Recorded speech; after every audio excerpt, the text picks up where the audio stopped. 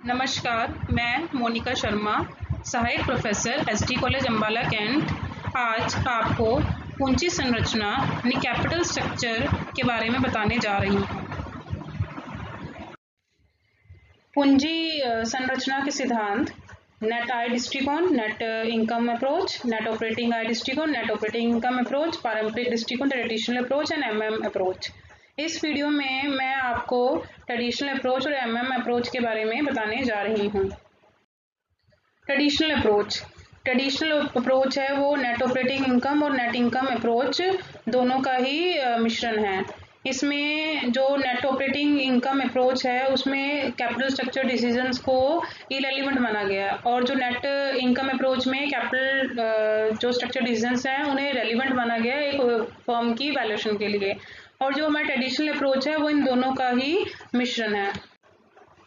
इस अप्रोच के accordingly initially मतलब स्टार्टिंग में कोई भी फर्म है अपनी जो फर्म की वैल्यू है वो इंक्रीज कर सकती है, ओवरऑल कॉस्ट ऑफ कैपिटल है वो डिक्रीज कर सकती है ज़्यादा से ज़्यादा डेट फाइनेंसिंग करके।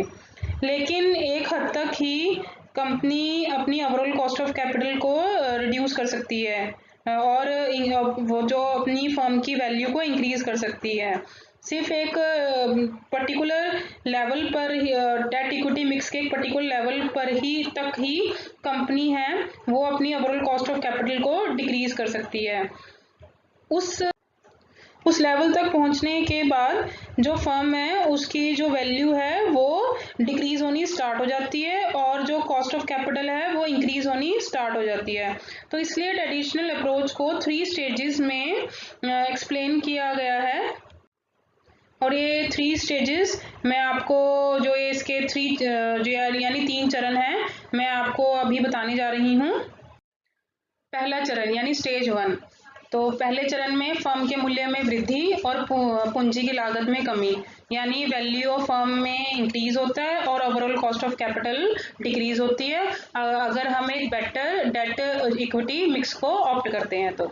दूसरा चरण यानी स्टेज 2, फिर एक लेवल तक एक हद तक ही आके हम फर्म की वैल्यू में इंक्रीज कर सकते हैं और ओवरऑल कॉस्ट ऑफ कैपिटल को डिक्रीज कर सकते हैं। वो हमारा जो ऑप्टिमम कैपिटल स्ट्रक्चर होता है लेवल 2 पे मतलब चरण 2 पे आके। उसके बाद स्टेज 3 यानी चरण 3, फर्म के मूल्य में कमी और पूंजी की लागत में वृद्धि। एक लेवल के बाद अगर हम अपने कैपिटल स्ट्रक्चर में ज़्यादा डेट का जो उपयोग करते हैं उससे जो फर्म की वैल्यू है वो डिक्रीज होनी स्टार्ट हो जाती है और जो ओवरऑल कॉस्ट ऑफ कैपिटल है वो इंक्रीज होनी स्टार्ट हो जाती है। तो ट्रेडिशनल अप्रोच के अकॉर्डिंगली कि जो कैपिटल स्ट्रक्चर डिसीजंस हैं वो रेलिवेंट होते हैं एक फर्म की वैल्यूएशन के लिए लेकिन एक लिमिट तक ही। अगर हम ज़्यादा डेट जो पहले चरण में अगर हम ज़्यादा डेट यूज़ करते हैं तो हमारी जो वैल्यू है वो इंक्रीज होती है फर्म की और overall cost of capital decrease होती है। लेकिन एक लिमिट के बाद एक लेवल के बाद अगर हम ज़्यादा डेट का यूज़ करते हैं तो overall cost of capital increase होनी स्टार्ट हो जाती है और फर्म की वैल्यू डिक्रीज होनी स्टार्ट हो जाती है। तो इससे ये ट्रेडिशनल अप्रोच के अकॉर्डिंगली एक लिमिट के बाद अगर हम ज़्यादा डेट का यूज़ करते हैं तो इससे जो इन्वेस्टर का रिस्क है वो इंक्रीज होता है और कॉस्ट ऑफ डेट और कॉस्ट ऑफ इक्विटी दोनों ही बड़ी तेज़ी से बढ़ती हैं। जो ये चित्र है ये हमें इसके तीनों चरण stage 1, stage 2 and stage 3 show कर रहा है degree of leverage and cost of capital के साथ। तो ये मैंने आपको ट्रेडिशनल अप्रोच बताया है।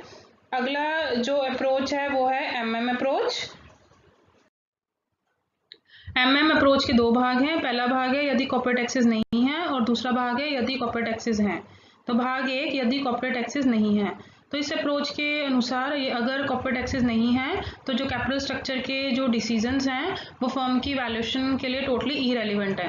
मतलब कैपिटल स्ट्रक्चर किसी भी कंपनी का जैसा मर्जी हो उससे उसकी जो फर्म की वैल्यूएशन पे कोई भी इफेक्ट नहीं पड़ता। मतलब हम कोई भी फाइनेंशियल प्लान ऑप्ट कर रहे हैं ऑप्शन 1, ऑप्शन 2, ऑप्शन 3 मतलब हम सिर्फ एक इक्विटी शेयर के केवल इक्विटी शेयर को ही इशू करके कैपिटल को रेज आउट कर रहे हैं या ऑप्शन 2 है कि इक्विटी शेयर और प्रेफरेंस शेयर दोनों के थ्रू हम कैपिटल रेज आउट कर रहे हैं, या equity share, preference share, debentures, हम तीनों को मिक्सचर हम यूज़ कर रहे हैं कैपिटल को रेज आउट करने में। हम कोई भी फाइनेंशियल प्लान, कोई भी ऑप्शन ऑप्ट करते हैं, उससे फर्म की वैल्यूएशन पे इम्पैक्ट नहीं पड़ता अगर कॉर्पोरेट टैक्सेस नहीं है तो, इस अप्रोच के अनुसार। अगर हम ज़्यादा डेट फाइनेंसिंग यूज़ करते हैं, उससे जो इन्वेस्टर का जो रिस्क है, मतलब जोखिम है, वो बढ़ जाता है, उसमें वृद्धि हो जाती है, जिससे जो कॉस्ट ऑफ इक्विटी है वो इंक्रीज हो जाती है। तो अगर कॉर्पोरेट टैक्सेस नहीं है तो जो कैपिटल स्ट्रक्चर के जो डिसीजंस हैं वो टोटली इरेलीवेंट है किसी भी फर्म की वैल्यूएशन के लिए। इस अप्रोच की एजम्पशंस हैं, जो पहली जो एजम्पशन है कि एक आदर्श पूंजी बाजार नहीं है। दूसरी एजम्पशन है कि व्यापार जोखिम सभी कंपनियों के बीच एक ही है। और जो तीसरी जो एजम्पशन है कि कंपनी है अपने जितने भी शेयर होल्डर्स हैं उनके बीच में जो उनकी जो इनकम है वो कंपनी अपनी इनकम में डिस्ट्रीब्यूट कर देती है।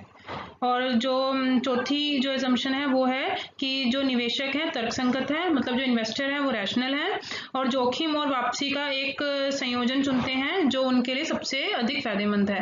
मतलब वो रिस्क और जो रिटर्न को देखकर जो उनके लिए मोस्ट जो बेनिफिशियल है वो वाला जो ऑप्शन है वो सिलेक्ट करते हैं। भाग दो यदि कॉर्पोरेट कर है, तो अप्रोच के अनुसार अगर कॉर्पोरेट टैक्सेस हैं तो जो फर्म का कुल मूल्य और फर्म की कुल लागत दोनों ही प्रभावित होंगी कैपिटल स्ट्रक्चर में चेंजेस होने से। मतलब कैपिटल स्ट्रक्चर जो डिसीजंस हैं वो रेलिवेंट हैं फर्म की वैल्यूएशन के लिए अगर यहाँ पे कॉर्पोरेट टैक्सेस हैं तो।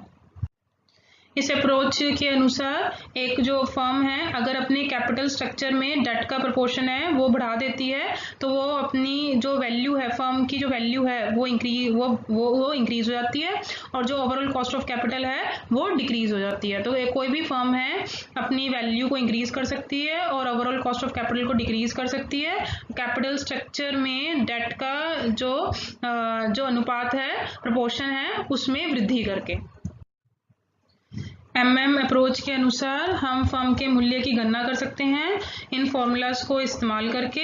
यहाँ पे EBIT है आपकी earning before interest and taxes, मतलब ब्याज और कर से पहले की आय, और D यहाँ पे ऋण है और T है कर की दर, मतलब टैक्स रेट। आप सभी का धन्यवाद।